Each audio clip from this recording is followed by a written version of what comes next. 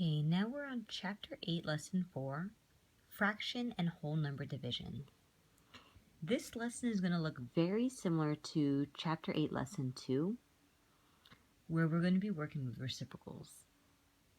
The only difference between this one and Lesson 8-2 is that we'll have more variety in our problems, whereas in 8-2 we always had a whole number divided by a fraction. Now we're starting to see a fraction divided by a whole number divided by a fraction, fraction divided by a whole number. We're going to be using multiplication to help create and solve this division problem. So we're going to be working with reciprocals again. Now, not only do I want to review what a reciprocal is, I kind of want to explain it in a little bit more detail.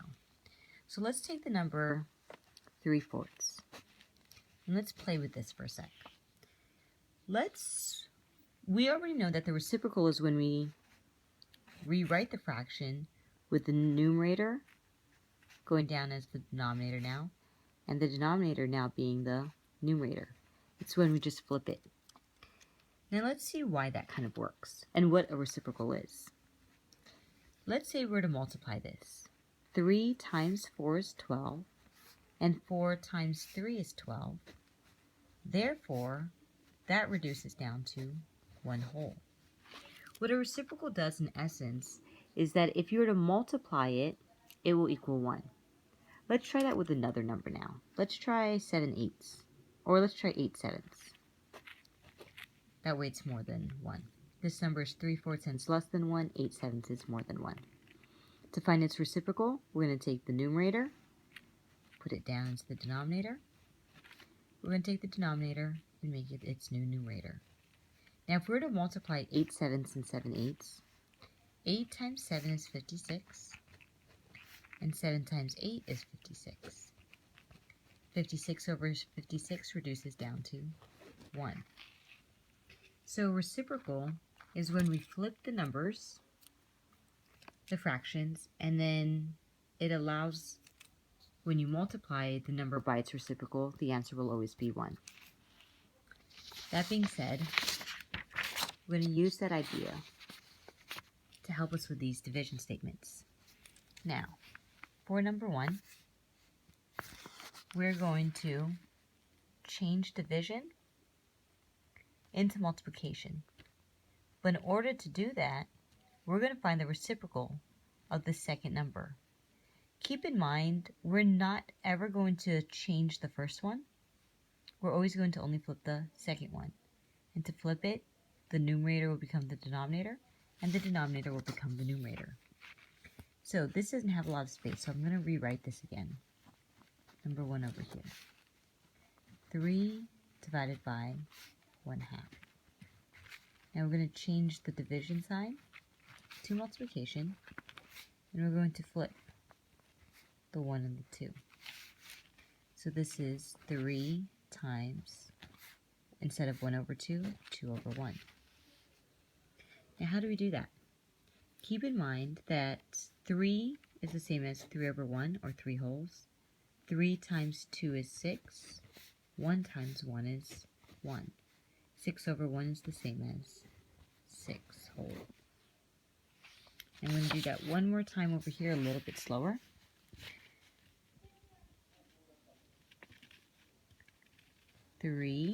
Change the division to multiplication and find the reciprocal of the second number, 2 over 1. Now, 2 over 1 is the same as 2, so you could just think of 3 times 2. If you want to keep it as a fraction form, then you could turn this also into a fraction by putting it over 1. 3 and 3 over 1 is the same. 3 times 2 is 6. 1 times 1 is 1. 6 over 1 is the same as 6. Let's try that again for number 2. We're going to change the division to multiplication, and we're going to find the reciprocal of this number. I'm going to write it here, and then I'm going to write it over there. So we're going to do each problem kind of twice. Number 2, 1/5 divided by 3.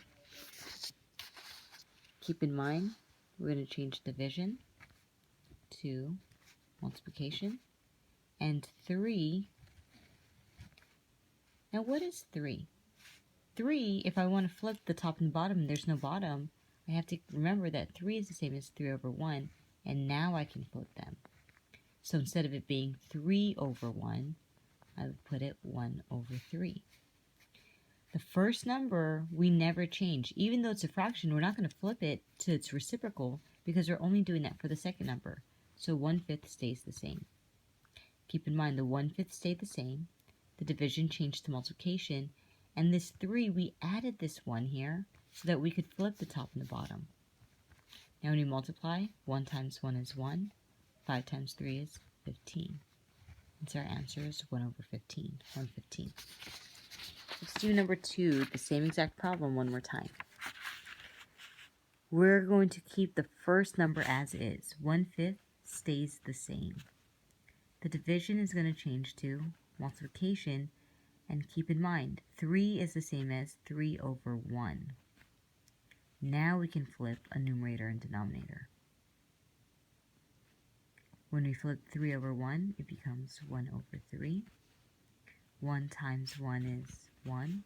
5 times 3 is 15. And your answer is 1 over 15.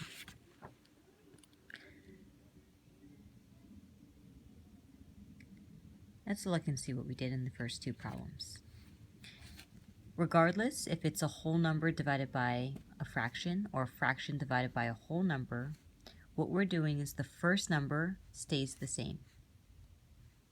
The division turned to multiplication, and the second number is used as its reciprocal, where you flip the 1 and the 2 to 2 over 1, and the 3, we added the 1 there, that way we could remember, we could flip it and it becomes 1 over 3. First number stays the same. Division changes to multiplication. Second number, you find the reciprocal, and then you multiply it like you normally would. Let's do one last problem. 2 divided by 1/8. Step 1. What happens to the 2? It stays the same. What happens to the division? It changes to multiplication. And what happens to the fraction? You use its reciprocal. Instead of 1 over 8, it's 8 over 1. But Ms. Tolentino, what do I do? There's a whole number here and a fraction here. 2 options. You could see 8 over 1 is 8 and just do 2 times 8. Or you could change 2 into an equivalent fraction, 2 over 1, and then multiply. 2 times 8 is 16 over 1. 16 over 1 reduces down to 16. I hope that this video helps. You're going to use that same format throughout the rest of this. Keep in mind, first number stays the same. The division changes to multiplication. Second number, you find the reciprocal. Before you continue that, if you want to just divert from the homework and just play a couple of games, not so much games, but practice problems, what is the reciprocal of 1 over 3? You could take a quick break from your homework and we could just do a couple of these. Well, you change the numerator and the denominator. So it is 3 over 1, or 3. Taking a break from the homework and just practicing a little bit, what would the reciprocal of 7 over 4 be? This time I'm going to write it this way, that way you get practice with it. Well, you'll change the 7 to 4 to 4 over 7. What you could do is always pause me and then try to figure out the next one. What is the reciprocal of 1/5?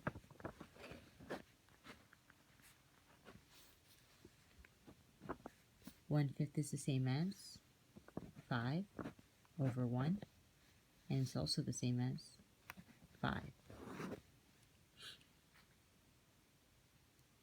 What is the reciprocal of the number 7? 7 is the same as 7 over 1. And so when you flip it, is 1 over 7.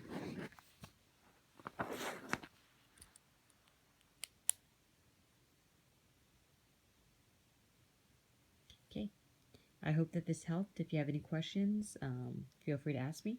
Have a good day. All right, now let's look at the word problems. The person's name is Isaac. Isaac has a piece of rope that is 5 yards long. Into how many half-yard pieces of rope can Isaac cut the rope? Now, I'm not really going to solve the answer for you, but I am going to help you set up the equation. Now, we know that we have rope that is 5 yards long, and we're cutting into half-yard pieces. We're going to do a part-part whole. And remember, the thing that goes on top is what we are cutting up into smaller pieces. It's not the bigger number necessarily. It's not necessarily the smaller number. It's what do we have total, the total amount of something that we're going to split up. Now, the total thing that we have is a piece of rope. And that piece of rope, all in all, is 5 yards long. So you have a 5 yards of rope. Now, what are you doing with that rope? You're making them into half-yard pieces. So Isaac has a piece of rope that is 5 yards long. Into how many half-yard pieces of rope can Isaac cut the rope? That half means this piece is a half a yard. This piece is half a yard. We don't know how many pieces he can do. This is piece 1, this is piece 2, and this is piece question mark. You don't know how many pieces he is able to do.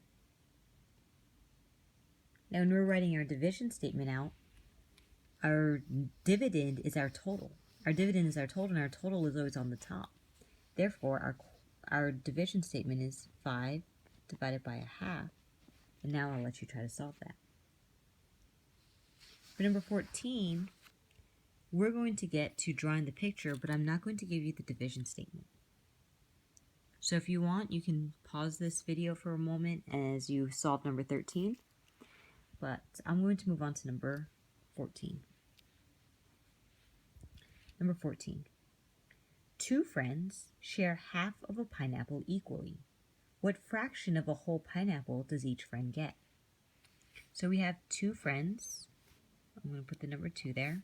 And they're sharing half of a pineapple equally. Here, when we're drawing the picture, what are we dividing up? Now, if you put the number 2 here and you're saying 2 friends at the total, then you're saying we're taking people and we're going to divide them into pieces. Are we going to split someone in half and, no, because what are you going to do? Cut them where their arms are off and their legs are off? No, that doesn't make sense. What we're going on top is the total of what we're splitting up. And we're not splitting up people, so the 2 is not going to go on top. However, we are splitting up the pineapple. And how much pineapple do you have total? All in all, you have half of a pineapple. Now, what they're saying here, oops, I spelled pineapple wrong. Now, what they're saying here is that they have half of a pineapple. That means they don't have a whole thing. And they're sharing it with 2 people. If you already have half of a pineapple, which is less than 1, and you're sharing it with 2 people, your number is going to get even less than what you started with. So, in terms of your picture box, here's friend 1. And the 1 doesn't go inside of here, the 2 doesn't go inside of here, the 2 friends, because then you'd be saying this person gets 2 pineapples. They don't even have 1 pineapple to give. Here's friend 2. So, one box represents the first friend, the second box represents the second friend, and you don't know how much the first friend gets. You don't know how much the second friend gets, but they're both the same amount, so you're giving them the same value, x and x, what you don't know. And what you're going to do is, this is your dividend, your total, and you're going to divide it by your divisor. So go ahead and come up with the division statement and solve it. Good luck.